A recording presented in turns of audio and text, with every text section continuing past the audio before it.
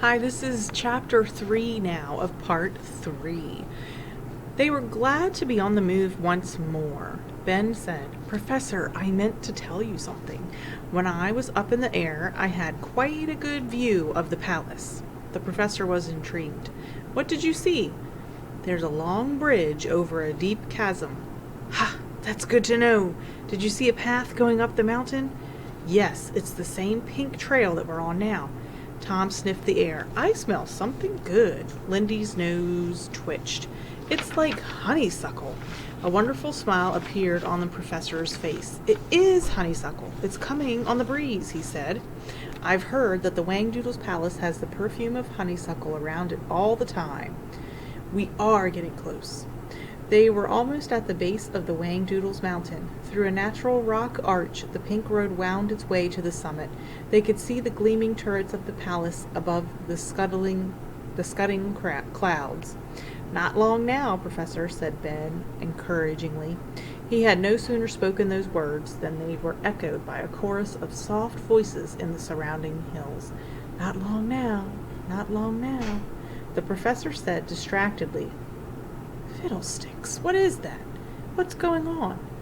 "What's going on? What's going on?" said the voices, and they grew a little louder. The children moved close to the professor.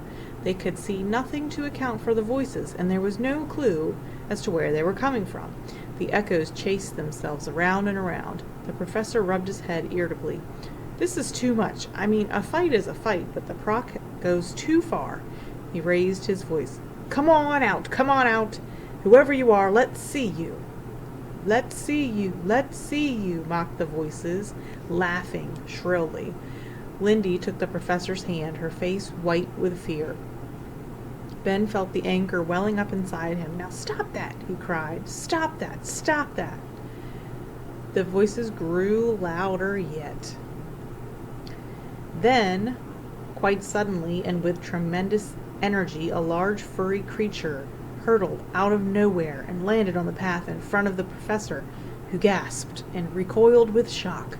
The creature was a bright, bilious green, with shaggy fur and ape-like features. It had a hideous grin and displayed a startling array of sharp, pointed teeth.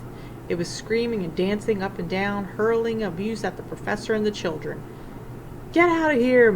Get out, you miserable people!" The wiffle bird panicked and screamed her traditional "Mayday!" as a horde of identical creatures swarmed over the hilltops toward them. They were shrieking and sulking and leaping and lurking and saying the most appalling things. "Horrid people, go away! Don't come back another day!" "Ugly busybody, sticking your nose in where it doesn't belong!" "Beastly human, leave this place! We can't stand your silly face!" This last remark was directed at the professor. He spoke calmly over the noise of the jeering mob. "Children, try not to be frightened. Stand perfectly still and do not answer back." "What are these awful things?" Ben gasped as one green monster poked his arm with a sharp finger. "Awful things! Awful! Awful!" yelled the furry horde. "They're called swamp gaboons, I think," said the professor. His head was beginning to pound from the noise. Swamp gaboons, handsome, happy, crazy loons." The creatures linked arms, completely blocking the archway. They executed a series of precision high kicks, and the sight of them bobbing up and down like a chorus line with their shaggy green fur shaking and shimmying was almost funny. But the abuse was hard to take. One gaboon skipped forward and pushed its face close to Tom. "Blah, silly boy," it said, sticking out its tongue and waving its arms. Tom couldn't help himself. He stuck out his own tongue and yelled back, "Blah to you too." The swamp gaboon was delighted. "Ooh, isn't he rude?" he screamed and danced away to join his laughing companions. The professor spoke sternly. "Thomas, that is not the way to behave. I warned you not to answer back. It only encourages them." The gaboons bunched together and chanted in a hideous harmony. We don't care, sleek of fur and green of hair, tough of tooth and sharp of nail, legs that kick and arms that flail. Even if you scream and fuss, we've got no feelings. Can't hurt us." They began hurling twigs and small stones at the professor and the children. Lindy said through clenched teeth, I hate them. I positively hate those bullies. They're gross. Gross, gross, gross. Oh, isn't she cute? The creature simpered and sneered. The Whifflebird flew onto Tom's shoulder. She was disturbed by the shrieking mob, and she screamed, Mind your manners, in an angry voice. The swamp gaboons rolled on the ground in delight. Mind your manners, listen to Mommy, listen to Mommy. Lindy could contain herself no longer. She took a step forward. You know what I think, she shouted. I think you're all very rude. You have no right to speak to people like that. One gaboon blew her a loud raspberry. Another stood on its head and wiggled its ears. Lindy, that's enough, said the professor sharply, but Lindy had been pushed too far. My Mummy were here right now. Do you know what she'd say to you? What would she say? What would your mummy say? A gaboon raced up to her and sat down with crossed legs and hands under its chin. Lindy scolded. She'd say, It's perfectly all right to think bad things. To think bad things, echoed the gaboon, but you don't have the right to say them. It's not polite. Mummy wouldn't like you at all, and I wish she were here right now. Lindy's thumb went into her mouth and she began to cry. A gaboon pulled a sad face. Aw, the little girl's all upset. See what you've done, fellers. You made her cry. All the gaboons pretended to be sad. They mocked Lindy and each put a thumb in its mouth. One raced up to her and screamed nastily, Serves you right!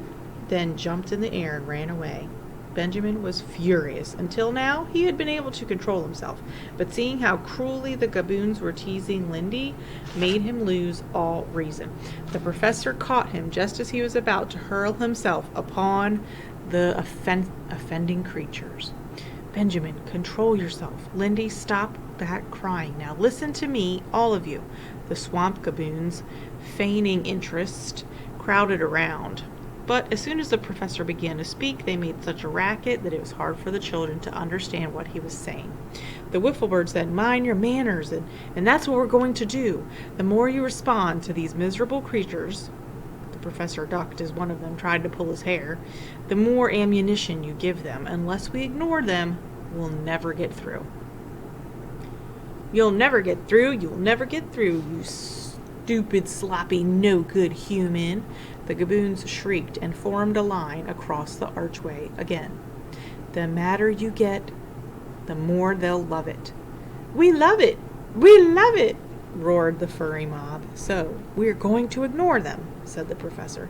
I believe that if we do this and concentrate on the important issue, which is why we're here and whom we came to find, said the professor, speaking the words with great emphasis, then I do not think that they can stop us. Come on now. Stare the creatures down if you have to, but don't respond to them. The children and the professor began to walk slowly towards the arch. The swamp gaboons went berserk. Hateful boys, silly girl, monster man, they yelled. They tugged at the professor's clothing and pulled Lindy's hair and pinched Ben and Tom. The professor raised his voice again. I do believe it's going to be fine, whether at the top of the mountain. Oh, wait. The professor raised his voice again. I do believe it's going to be fine weather at the top of the mountain, don't you? Ben took the cue. I think you're right, sir. Lindy, can you picture the palace up there? Don't you wonder what it's going to be like? I do. Oh, yes, I do, Lindy replied bravely. She was still close to tears, but she put an arm around Ben and said fiercely, Ask me something else, quick. Well now, Professor, Lindy wants me to ask her something. Tom, do you have anything to say? Ben had no idea what he was talking about, but just saying things made it easier to ignore the tormenting crowd of gaboons. They reached the arch, and the gaboons were in a frenzy. Don't you dare go through! Don't you dare! They bawled. One gaboon with foul breath thrust its face close to Tom. Do you know that you have a silly nose? It hissed. Tom swallowed hard. The professor said lightly, Steady, Tom. You have cauliflower ears, too, mocked the gaboon, and crossed eyes and yellow teeth. Thank you so much, Tom managed to say politely, and to his surprise he felt rather good. The professor tapped a large swamp gaboon on the shoulder with his umbrella. Excuse me, my good fellow. We'd like to get through if you don't mind. Now, Ben, you were saying. He walked past the creature slowly and calmly. It bellowed with anger. Don't touch me, you measly wart. I hate you. It belched loudly in Ben's ear. The boy jumped, but he kept his arm around Lindy and continued to walk beside the professor. Not long now, I think, said the professor encouragingly. See, we're under the arch, and there's the road ahead. Keep your eyes on it, children. Look out, there's a monster behind you, screamed the Gaboons. Don't look back, urged the professor. Your shirt's hanging out, you ridiculous boy. Tom felt something tugging at his pants. He put his hand behind him, and a swamp Gaboon grasped his fingers and held them tightly. Tom looked imploringly at the professor. Keep walking, Tom, even if you drag the creature with you. Just keep moving. The swamp Gaboon hung on and dug in its heels. It sat down on the road like a sulky child refusing to walk. I'll bite you, it said cunningly. I'll bite your hand off, you nasty boy. Tom felt sharp teeth nibbling at his fingers. It took all his self-control to overcome his panic. Then he had an idea. He turned quickly and whacked the Gaboon sharply on the top of its head. At the same time, he pumped the hand that was holding his and said politely, It was such a pleasure meeting you, old boy. Goodbye. The Gaboon was so surprised that it released Tom's fingers, and the boy instantly put both hands in his pockets. Now the swamp Gaboons changed their tactics. As the professor and the children walked faster and farther away from them, they sobbed and howled and tried all manner of last-minute tricks to gain their attention back. Come back, I was only joking. Take us with you, please. Ouch, I hurt myself. Help, I broke my finger. I've broken my back. I'll eat worms if you don't turn around. I'll hold my breath until I explode. You'll be sorry when the Whangdoodle hears of this. Their voices began to fade. The professor smiled in weary triumph. He looked at the children. Well done, my friends. Listen to how truly silly they are. I think they won't bother us any more. We shall walk a few more yards until we are around the next corner. Then we'll relax, for if we don't, I think I shall collapse. I don't recall ever being so exhausted. And that's the end of chapter 3.